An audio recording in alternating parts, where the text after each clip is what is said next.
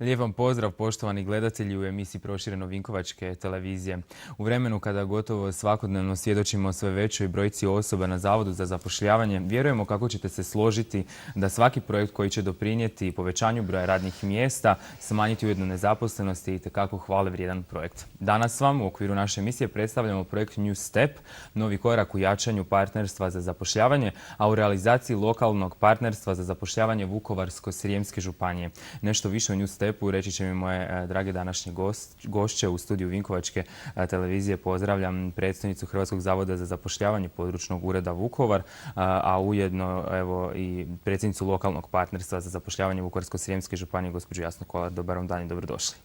Dobar dan vama i vašim gledateljima. Također pozdravljam i voditeljicu Odjela za regionalni razvoj, promociju regije i privlačenje ulaganja u Agenciji za razvoj Vukovarsko-srijemske županije HRAST, a ujedno i potpredsjednicu lokalnog partnerstva za zapošljavanje, gospođu Melitu Meštrović, i vama dobrodošlicu želim. Dobar dan. Evo, dakle, jedan zanimljiv projekt o kojem ćemo ovih 30 minuta govoriti u okviru naše emisije. Za sam početak možda gledateljima, gospođo Kolar, da razjasnimo kako je zapravo se došlo na ideju osnivanja lokalnog partnerstva za zapošljavanje. Pa evo, lokalna partnerstva za zapošljavanje osnovana su u Hrvatskoj uz potporu CARDS programa i naše partnerstvo, dakle, tada pod nazivom Regionalno vijeće za tržište rada Vukovarsko-srijemske županije, osnovano je 17.3.2006. u okviru jedne darovnice, takozvana isto lokalna partnerstva za zapošljavanje faza 1. Kako onda, tako i danas. Uzor su nam bile zemlje članice, s tim da smo mi danas članice Europske unije i njihova iskustva po pitanju partnerstava za zapošljavanje. Oni su s tim programima i takvim djelovanjem počeli puno ranije i osnovna razlika je još uvijek danas ta što njihova partnerstva su donekle samostalna po pitanju realizacije projekata, što naše partnerstvo još uvijek nema takvu institucionalnu strukturu i podnositelj projekata mora biti jedna od institucija. No evo, Ministarstvo rada i mirovinskog sustava radi na tome da se osmisli upravo model za djelovanje lokalnih partnerstava koji će im omogućiti i to da budu donekle, da imaju drugačiju strukturu i da drugčije djeluju.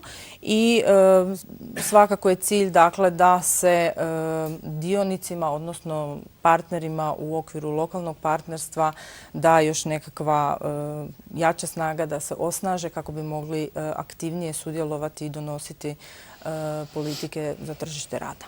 Tko su članovi zapravo tog partnerstva, odnosno možda još bolje pitanje po kojem načelu su birani?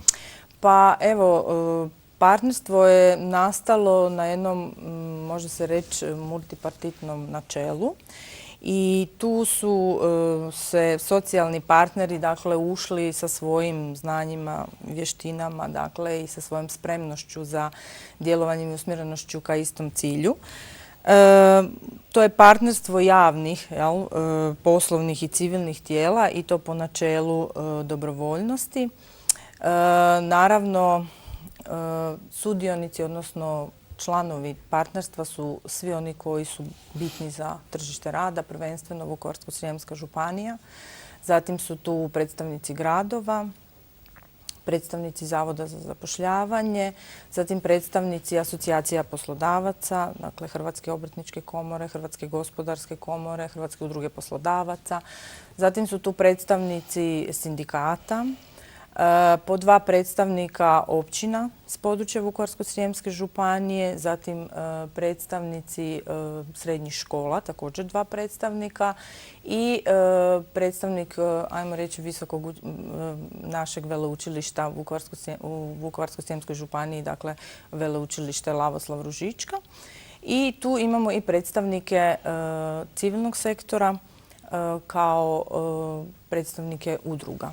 Mislimo da smo pokrili za sad sve, ali evo, sigurno ćete primijetiti da nemamo poslodavaca, ali evo, o tome ćemo isto nešto malo kasnije reći. Može li se još netko priključiti? Može, naravno, svi oni koji misle i žele doprinijeti ovom našem radu i koji su usmjereni, dakle, na naš zajednički cilj, koji žele, naravno, mogu se priključiti. Mislimo da smo uglavnom obuhvatili sve one koji su bitni čimbenici, ali naravno uvijek može se Mjesta ima. priključiti još neko, da.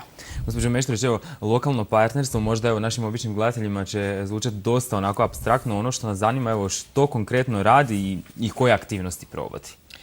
Pa gledajte, u početku smo mi zaista se temeljili samo na sjednicama koje su se redovno odvijale, gdje smo se mi upoznavali, međusobno se nadopunjavali, upoznavali zajedničke probleme koje imamo, znači usmjerene ka jednom cilju, to je, kao što je Jasna rekla, zapošljavanje i poticanje raznih vještina i kapaciteta ka obrazovanju kako bi se podigla u stvari gospodarska situacija i zapošljavanje na području. Da, konstantno se govori o obrazovanju, naravno da je to nešto najvažnije možda. I ulaskom, odnosno odobravanjem tih predpristupnih fondova, mi smo kandidirali onda zajednički projekt, pošto partnerstvo ne može, nema pravnu osobnost da bi se prijavilo na projekt, uvijek to mora biti neka institucija, član partnerstva. Ili neka agencija ili... Tako je, da. Tako da smo mi kandidirali projekt koji se tad zvao New Map i projekt je iznosio 150.000 eura otprilike. I kroz taj projekt mi smo zaista, mogu reći, se povezali. Izradili smo plan zapošljavanja na području cjelokupne županije. Izeducirali smo članove partnerstva. Prekvalificirali smo više od 20 osoba nezaposlenih po tadašnjem trenutnom stanju na tržištu rada, po potrebama koje je Zavod imao podatke. I nekako se zaista zbližili. Ispalo je da smo mi tada bili prvo partnerstvo koje je uopće kandidiralo projekt. Dosta ste toga napravili. Da. Zapravo. I zaista povukli vrlo veliku svotu novaca. Tako da smo mi poslije kao primjer dobre prakse bili predstavljani svim ostalim lokalnim partnerstvima. Inače moram naglasiti da smo stvarno jedni od najaktivnijih od samog početka. Znači, mi smo jedno od najaktivnijih partnerstava i zaista svoje sastanke održavamo redovno i evo, trudimo se u ovoj situaciji nekako naći rješenje i organizirati se. Neću pitati što je utjecalo na tu aktivnost, je li evo želja da se povuče što više projekata ili možda evo sama kriza, ali evo znamo da ne možemo je negirati evo u potpunosti i naravno da se nastoji pomoći evo, s obzirom na brojku nezaposlenih koja evo očiti je evidentan problem. Pa gledajte, to su recimo, to je ono što ja sam rekla, to je odabir članova. Članova koji zaista znaju strateški razmišljati, promišljeno, idu ciljano. Znači, kad se otvorila mogućnost financiranja, mi smo tu mogućnost odmah iskoristili.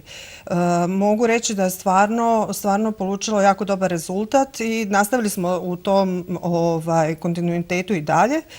Tako da, evo, već imamo 2 projekta, jedan koji je trenutno u provedbi, kao što smo čuli iz najave, i drugi koji je prijavljen i koji je već prošao prvi korak i povoljno ocijenjen, tako da ide u daljnju evaluaciju, što je za nas stvarno jako veliki uspjeh. Nešto ćemo naravno i dalje o projektima u nastavku emisije. Još ćemo se zadržati malo na lokalnom partnerstvu, upoznavanju naših gledatelja naravno sa lokalnim partnerstvom. Ono što nas zanima, evo, kako je definiran način rada i te nekakve međusobne obveze unutar partnerstva, gospođo Kolar? Pa da, uvijek je potrebno definirati određena prava i obveze i naravno i naš rad je definiran poslovnikom i on praktički definira koja su to prava, a koje obveze svih članova, način odabira članova i sve što je potrebno da bi, ajmo reći, egzistiralo jedno partnerstvo. Ono što je možda još značajnije od našeg poslovnika koje definira taj naš nekakav interni rad je strategija razvoja ljudskih potencijala Vukovarsko-srijemske županije koja predstavlja dokument koje je izradilo lokalno partnerstvo za zapošljavanje kroz također projekte koji su financirani iz Europske unije. I samo lokalno partnerstvo, dakle kao tijelo, a i ta strategija su usvojeni od strane Županijske skupštine Vukovarsko-srijemske županije i nadopuna je ta strategija razvoja ljudskih potencijala je u stvari nadopuna županijske strategije županijske razvojne strategije kojom je definiran i dio koji se odnosi na ljudske potencijale. U 2009. kroz kroz također financirano iz Europske unije, dakle lokalna partnerstva za zapošljavanje faza 3, došlo je do malog preustroja našeg partnerstva, a sve s ciljem dodatne institucionalizacije i približavanja tome da će jednom lokalno partnerstvo moći biti samostalno nositelj projekta. Tako je osnovana skupština lokalnog partnerstva koja danas ima 21 člana i upravni odbor koji ima 3 člana i u čijem sastavu su upravo kolegica Melita Meštrović kao zamjenica predsjednice i gospodin Ivan Marjanović, direktor Hrvatske gospodarske komore, Županijske komore Vukovar i evo ja kao predsjednica. Trenutno rad lokalnog partnerstva koordinira tajništvo koje je smješteno u Hrvatskom zavodu za zapošljavanje područnom uredu Vukovar. To je još, ajmo reći, ostavština onoga kad smo krenuli, dakle 2006. sa osnivanjem lokalnih partnerstava, ali u doglednoj budućnosti će se tajništvo prebaciti u razvojnu agenciju HRAST. To je i odluka županije.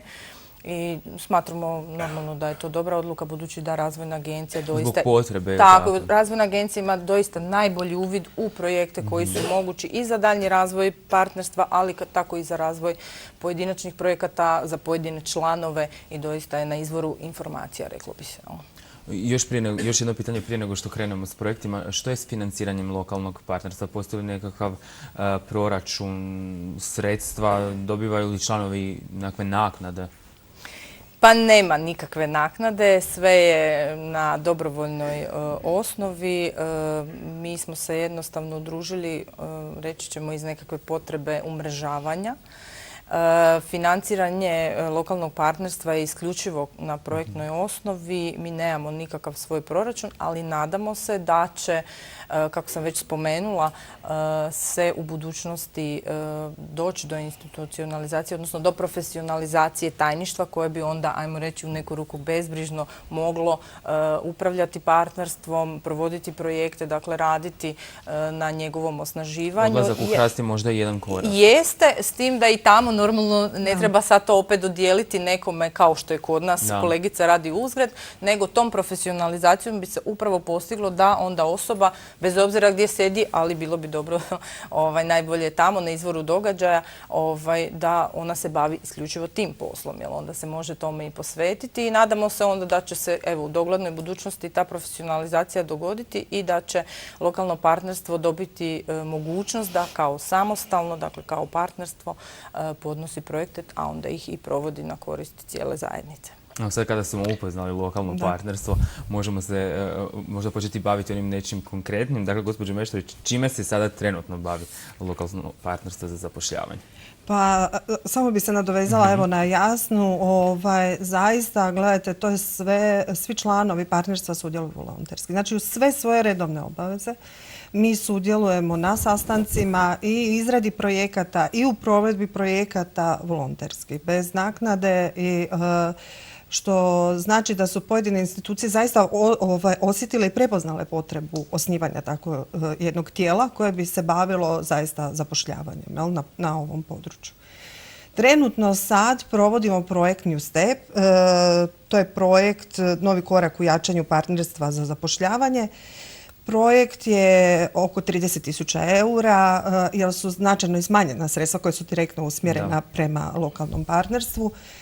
Mi se nadamo, evo ima i određenih naznaka da će se ta sredstva u budućnosti zaista povećati. Projekt je usmjeren ka jačanju članova lokalnog partnerstva. Zašto mi stalno napominjemo jačanje članova lokalnog partnerstva? Zato što vi kroz jačanje članova jačate institucije. Tako je. Jačate 20 institucija koje su zaista, što zaista znači veliki apsorpcijski kapacitet na ovom području. Znači, članovi sami prolaze određene edukacije, jačaju se, budu u stanju provesti, napisati projekt i prepoznati određenu ideju da bi se ona kasnije razvila. Osim toga, projekt je usmjeren ka ka izgradnji instrumenata za praćenje strategije razvoja ljudskih potencijala. Jer smo tijekom rada, naši projekti se u stvari nadovezuju na naše potrebe. Znači, tijekom rada i razvoja partnerstva mi otkrivamo svoje potrebe i nastojimo ih financirati kroz buduće projekte. Tako da stvarno su zaista projekti proizašli iz stvarnih potreba rada partnerstva. Tu smo primijetili recimo da nam zaista treba jedan instrument koji bi redovno pratio kako se strategija provodi. Jer strategija bez provedbe je mrtvo slovo na papiru, kao što kažu naši ljudi. Jel? Tako da zaista nam je cilj napraviti živu i strategiju koja će donijeti nekakve pomake na ovom području. Osim toga, kao što će i poslije biti tema, jedna od aktivnosti je i prikupljanje baze projekata. Zašto je baza projekata bitna? Zato da bi mi znali u kojem smjeru dalje idemo. Gledajte, te projekte prikupimo na terenu, da vidimo koje su potrebe i nastojimo ih poslije razviti. Dakle, osluškujete zajednicu. Tako je, teren, da, zajednicu, njihove potrebe.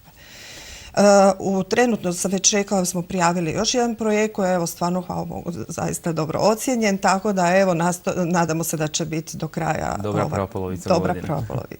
Dobro, evo, ono što nas zanima, gospođo Kolar, da je u okviru navedenog projekta New Step trenutno je otvoren jedan javni poziv, pa evo možda prilika da pojasnimo gledateljima, odnosno upoznamo ih s detaljima. Pa da, kao što je, evo, Melita već nagovijestila, dakle, baza projekata je jedna od aktivnosti ovog projekta New Step i ta baza takozvana projekata u stvari napravili smo tu aktivnost u okviru ovog projekta s ciljem prikupljanja svih onih ideja koje postoje na našoj županiji, dakle da se jave institucije ili fizičke pravne osobe sve koje su registrirane ovdje na našoj županiji, koje imaju možda projekte koji su u skladu s ovom strategijom za razvoj ljudskih potencijala Vukovarsko-srijemske županije, a nemaju možda dovoljno kapacitete za razvoj tog projekta ili još ne znaju dovoljno o tome.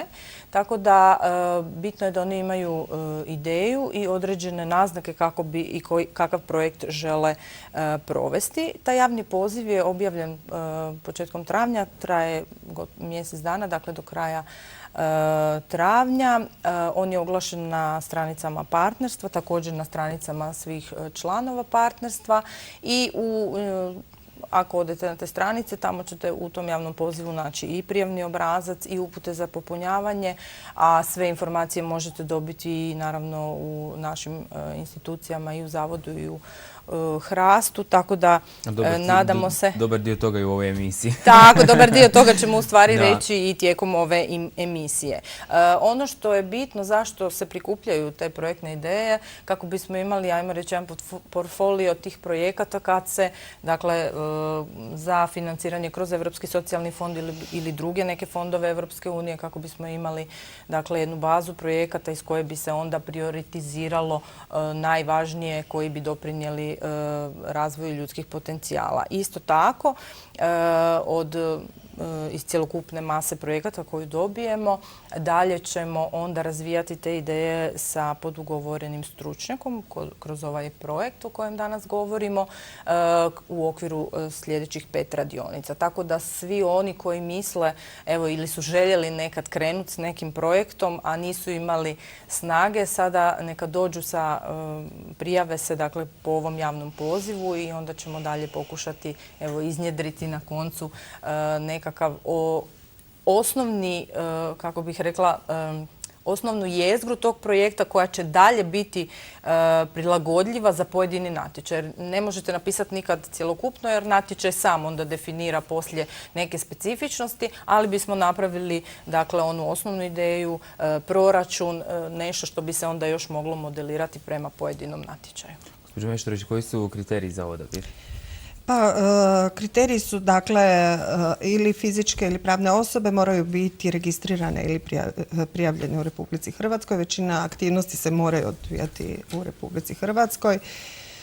Obrazac je vrlo jednostavan, online je, tako da popunjavanje zaista smo nastojali svesti na minimalne osnovu, tako da, što jasno rekla, mogu se svi prijaviti.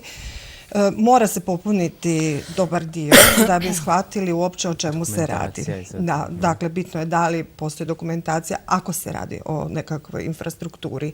Ako je soft projekt, moramo znati da li postoje potencijalni partneri, da li su to osobe razmišljale, odnosno potencijalni prijavitelji, da li su razmišljali o partnerima. Ako ne, na nama je da im pomognemo znači u tome i naravno da moraju postojati određeni kapaciteti. Ako nemaju oni direktno, znači na lokalnom partnerstvu je da skupi partnerstvo koje će onda pomoći u tome. Zašto se prijaviti i što je po završetku prijava? Pa, gledajte, zašto se prijaviti? Ja bih rekla samo za ovaj period 2013. godine, ovih 6 mjeseci od kad smo pristupili Europskoj uniji, Europski socijalni fond je 60 milijuna eura. Prema tome, gledajte, zaista ako imate ideju, prijava je najmanji korak ka ostvarenju svojih ciljeva. Znači, novaca ima, ideje su tu, mi ćemo pomoći da se razviju. Ono što smo već prije spomenuli, dakle, u samoj toj prijavi razvit će se taj koncept nod, stručno nazvan, ili sažetak projekta, znači okvirni proračun i logička matrica. Gledajte, to je 70% projekta. Mislim, besplatno. Mislim da je to zaista dobar mamac. Da. Dosta smo toga rekli sad u ovih 20 minuta, ali možda ono što je najvažnije što se gledatelji dakako pitaju je pod kojim uvjetima, odnosno tko sve može prijaviti projekt. Mogu li ja prijaviti projekt? Naravno da možete. Projekt se može prijaviti, samo mora biti usmjeren prema strategiji razvoja ljudskih potencijala. Dakle, mora doprinositi određenim ciljevima i mjerama unutar strategije, jer bez toga projekta nema. To vam je regionalni krovni dokument koji morate zadovoljiti da bi uopće poslije, da bi mogli kandidirati nekakav projekt. Ono što moram svakako pitati, gospođo Kolar, jeste li zadovoljni dosadašnjim radom i odazivom partnera? Postoji li još mjesta za poboljšanje, za unapređenje? Koliko su ljudi zapravo upoznati, znaju li za partnerstvo? Da. Pa evo, kroz ovaj projekt jedan od važnih rezultata koje želimo i postići ovim projektom je i ta bolja vidljivost lokalnog partnerstva. Pa evo i ova emisija je jedna od tih stepenica, pa u principu, kao što je Melita rekla, stvarno rijetko koje partnerstvo da se kroz niz projekata već bavi, ajmo reći, institucionalizacijom, obrazovanjem članova partnerstva, dakle njihovim jačanjem kako bi oni bili onda sposobni dalje, kako mi to kažemo, povući novce iz fondova. Naravno da uvijek može bolje. Partnerstvo je živi organizam i ono što nam je cilj, evo i što smo sad po prvi put praktički ovim projektom i što ćemo i pokušati, nadam se i u tome i uspjeti, a to je privući poslodavce koji su nositelji razvoja naše županije i mi imamo u partnerstvu, kao što sam spomenula na početku, predstavnike iz asocijacija koje predstavljaju poslodavce, ali stvarno nam je želja da uključimo i poslodavce koji svojim idejama i svojim radom mogu doprinijeti radu partnerstva, naravno u tom razvoju ljudskih potencijala. Budući se partnerstvo usmjerilo nekako na razvoj projekata, mislimo da je to, kako smo već zaključili, jedan dobar mamac da i poslodavce uključimo u naše partnerstvo. Znamo da se do nekakvog umrežavanja i ne dolazi preko noći. Evo, tome smo svjedoci sve ove godine i doista nam nije cilj da poslodavce iscrpljujemo nekakvim sastancima i sjednicama, nego jednostavno im ponuditi konkretnu opciju od kojih je jedna i ovaj javni poziv. Dakle, ukoliko i oni imaju neku od ideja koja je u skladu sa strategijom o kojoj će nešto malo kasnije također biti govora, naravno da se prijave na ovaj javni poziv i kako bismo zajedno onda razvili i različite oblike suradnje i na taj način praktički poboljšali stanje na području naše županije. Gospođo Meštrović, vi ste rekli kada sam pitao mogu li prijaviti projekt, da projekt mora biti usmjeren ka strategiji razvoja ljudskih potencijala, pa nas se zanima o čemu je zapravo točno riječ kada govorimo o toj strategiji. Pa kao što sam rekla, strategija razvoja ljudskih potencijala je u stvari krovni dokument regionalni na koji se nadovezuje svaka prijava projekta vezana za ovu tematiku. Naša strategija razvoja ljudskih potencijala ima 4 prioriteta i 10 mjera. Svi su usmjereni ka socijalnoj koheziji, jednakom razvoju za sve, povećanju poduzetništva, zapošljivosti, poboljšanju sustava obrazovanja i razvoju cjeloživotnog sustava obrazovanja i civilnog društva. Dakle, sama ta strategija je vrlo, vrlo bitna za razvoj uopće cjelokupne regije. Ali mi kroz nju izražavamo svoje ciljeve i mjere u kojem se smjeru mi zaista želimo dalje razvijati. Sad nas čeka ponovo revizija, sukladno Zakon o regionalnom razvoju, kako bude išla sad nova strategija za razdoblje od 2014. do 2020. za novu financijsku perspektivu. Mi ćemo tako revidirati svoju strategiju razvoja ljudskih potencijala i baš zato su nam strašno potrebni ovi projekti. Zato pozivamo jedinice lokalne samouprave, sve škole, sve organizacije civilnog društva, poduzetnike da se jave, jer će nam to biti baza za razvoj novih mjera i prioriteta, odnosno mjera i prioriteta koje služe njima unutar ove strategije nove. I onda ono pitanje koje se nameće na koncu, a gdje se mogu javiti, odnosno gdje se mogu informirati? Pa evo, jedan također opet od rezultata, kao što vjerojatno gledatelji znaju, da projekt egzistira i onda na koncu mora iznjedriti određene rezultate, jer tada je uspješan projekt. Jedan od rezultata ovog našeg spomenutog projekta New Step je svakako izrada web stranice našeg partnerstva. Mi smo u ovom prethodno spomenutom New Mapu izradili upravo ovaj vizualni identitet. Nadam se da se gledateljima sviđa. Da, i budući da su to mala bespovratna sredstva, ne možemo odmah sve odjednom, nego tako radimo u fazama. Ali new steps. Da, ali baš tako, da, sve je nešto u koracima, da.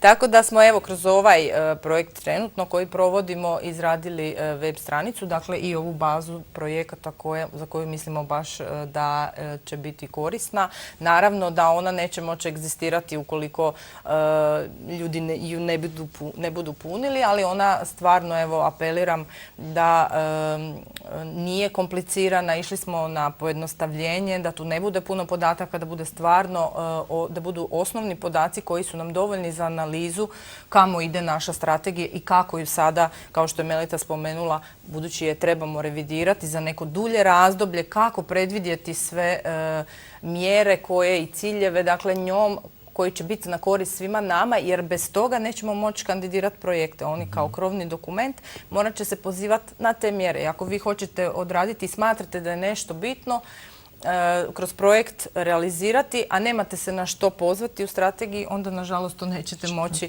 provesti.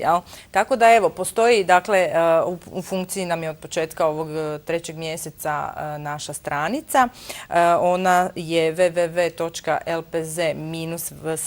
Ovaj je baner napravljen prije, pa nemamo to, ali ćemo svakako dodati. Ali mislim da će biti jasno ako uglaju lokalnu partiju za zapošljavanje. I isto tako imamo e-mail koji dakle info@lpz-vsz.hr, a isto mogu se javiti za sve informacije i eventualne prijave za uključivanje, sve što ih zanima vezano uz javni poziv i sve druge informacije koje ih, ako možda nisu današnjom emisijom dobili neke odgovore na naše tajništvo koje je, kako smo i spomenuli, u Zavodu za zapošljavanje Vladimira Nazora 12 u Vukovaru na telefon 599 443. A u krajnjem slučaju, ako nisu se uspjeli zapisati, uvijek se mogu javiti na Vinkovačku televiziju. Mi ćemo, drage volje, naravno, naše gledatelje uputiti na pravu adresu, prave mail adrese, web stranice i naravno brojeve telefona. Evo, s ovim pitanjem, odnosno odgovorom, stigli smo i do samog kraja današnje emisije. Dame, dragi, hvala vam puno što ste gostovali. Nadamo se da smo u ovom kratkom razdoblju uspjeli, odnosno rekli smo dosta toga, ali vjerujem da će biti pitanja i nakon emisije, a i nadamo se da će biti što više projekata ove godine. Hvala vam puno na gostovanju. Hvala vama. Toliko, poštovani gledatelji, u emisiji Prošireno. Mi vas naravno pozivamo da i dalje ostanete uz program Vinkovačke televizije. Lijep vam pozdrav.